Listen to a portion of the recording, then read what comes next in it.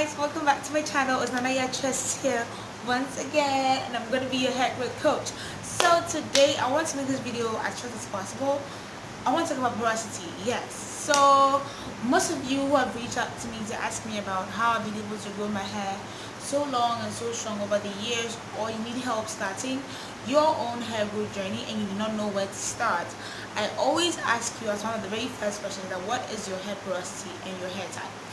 And most of you seem to have a lot of questions, follow up. So I wanted to just do this video, put it out there, cover all bases, so that if you're now starting your hair growth journey, you just watch it and to be a great guy. So let's just get right in the video. But before we do that, make sure you subscribe to my channel if you haven't already. Make sure you hit that like button and press on the notification bell so you get notified when I post a video, because if you don't, I'll post a video, YouTube might not let you and you miss it. So just click on that. Okay, so first things first, what is porosity? Well, porosity is how fast your hair absorbs water and lets it go. So how fast your hair absorbs and retains moisture. That's basically porosity. Just like the way when we were in primary school, we were taught about sandy soil, loamy soil, clay soil.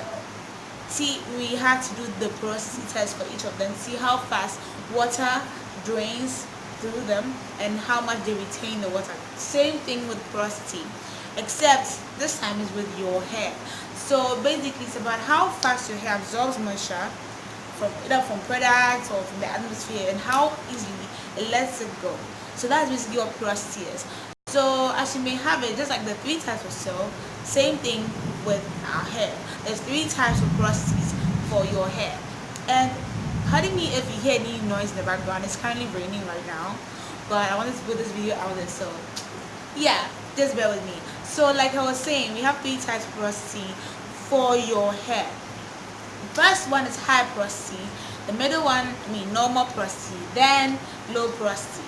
So with high porosity, it means that your hair absorbs water like that and then lets it go just as fast, like sandy soil. And with normal porosity, your hair is like loamy soil. It drains well and it also absorbs moisture very well. And low porosity, your hair is like clay soil. It takes a long time for it to absorb any moisture whatsoever, but when it does, it just grabs like this. You're not going anywhere. That's basically how your hair behaves. And personally, I have low porosity hair, so it takes a while for me to get my hair to absorb moisture and products and stuff. But once it gets in there, it's also a struggle to get it out. You see, so that's like, it goes both ways. That's why it takes forever for my hair to dry. I go to the salon before people come. They leave before I do, because I'm still in the dryer. The struggle is real. Anyway, so one might be asking, okay, how do I know what my porosity is exactly? You test your hair. Like the way we test the 3 soils, do the same thing with your hair. So there's a couple of tests that you can do, but I'm going to just focus on 3 tests today.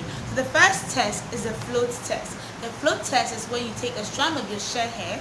I'll try and set a video if I can find one, or some images if I can find one. The float test is when you take a strand of your shed hair or some strands of your shed hair and you put it into a transparent glass of water, room temperature water, not cold water, not hot water, but room temperature water. So you drop your shed strands of hair gently into the glass of water.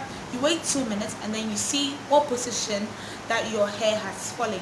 So if it's in the middle, it means you have normal porosity, because it's like floating somewhere in the middle. If it's still floating at the top like mine usually does, it means you have low porosity hair. If it sinks to the bottom, it means that you have high porosity hair. Okay, let's do a disclaimer. Sometimes the risk with the float test is that maybe your hair might be oily while you do the test, so most of the time it might end up floating and you might think that you have, low porosity hair. But sometimes you make sure that your hair is as clean as possible and not as oily or greasy when you do this particular test, because oil is water repellent. So if you have oils on your hair, it will make it hard for the water to be absorbed in it, if you know what I mean. Okay, so the next test is the dry test. You might be like, like when you pour water in your hair, how fast does your hair dry? I know for a fact that my hair takes forever to dry, and that alone is enough proof to me that I have low porosity hair. So if your hair absorbs water very quickly, or you can also do the spray test. So you spray water onto your hair and you see how fast the beads gets absorbed into your hair and how fast it disappears. That should kind of give you, an idea as to how your hair porosity is like.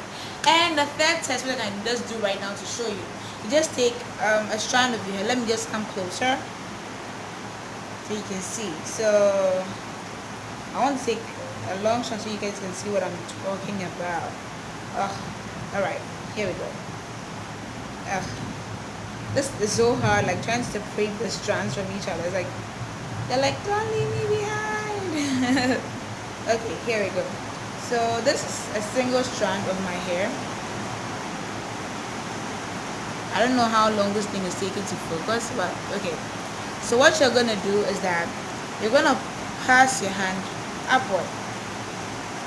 So your hair strand usually goes this way, like goes down, but you're gonna pass your hand upward and see how it feels like. Mine feels super smooth, so that kind of gives me a fair idea that I have close cuticles, which means I have low porosity hair. But if you have rough feeling when you are running your hand up, it's like jagged, then possibly means you have high porosity hair. There's also